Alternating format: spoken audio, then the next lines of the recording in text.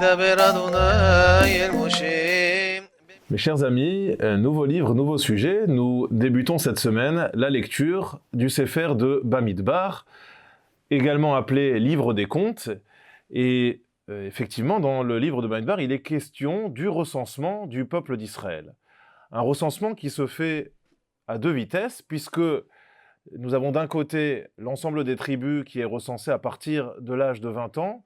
La tribu de Lévi fait exception à cette règle, puisqu'on y recense les enfants à partir de l'âge de 1 mois. D'où une question évidente, pourquoi cette différence? Y a-t-il un traitement de faveur concernant la tribu de Lévi? Les enfants auraient-ils une importance particulière que n'ont pas les enfants des autres tribus? Pour répondre à cette question, le Rav Shimshon Raphaël Hirsch replace un petit peu dans son contexte la fonction qui était celle des Lévim au sein du peuple d'Israël. Rappelons-nous que les Bechorot, les aînés, étaient ceux qui, au départ, devaient jouer le rôle de père spirituel du peuple d'Israël. C'était eux qui, en tant qu'aînés de la famille, devaient montrer le chemin et, d'une certaine manière, être porteurs du message de la Torah. Ayant échoué dans leur mission au moment de la faute du veau d'or, cette mission a été transmise à la tribu de Lévi qui n'avait pas participé à la faute du veau d'or.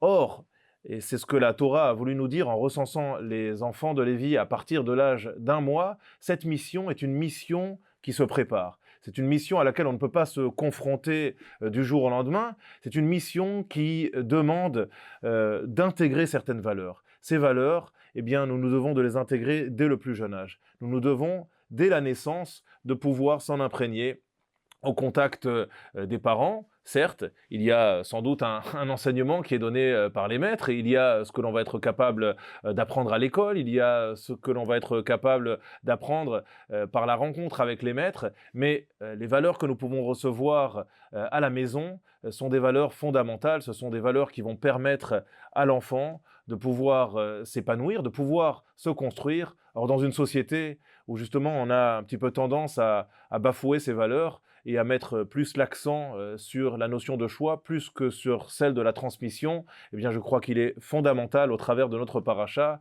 de rappeler que dans notre tradition, c'est cette transmission des valeurs qui prime. Les Lévim ont un rôle extrêmement important à jouer au sein du peuple d'Israël. Rappelons que dans un deuxième conte de cette paracha, les Lévim étaient dénombrés à partir de l'âge de 30 ans parce qu'ils ne pouvaient exercer leur mission qu'à partir de l'âge de 30 ans, contrairement aux autres tribus qui étaient dénombrées à l'âge de 20 ans. Les Lévim ont une mission qui est plus exigeante d'un point de vue intellectuel, d'un point de vue spirituel.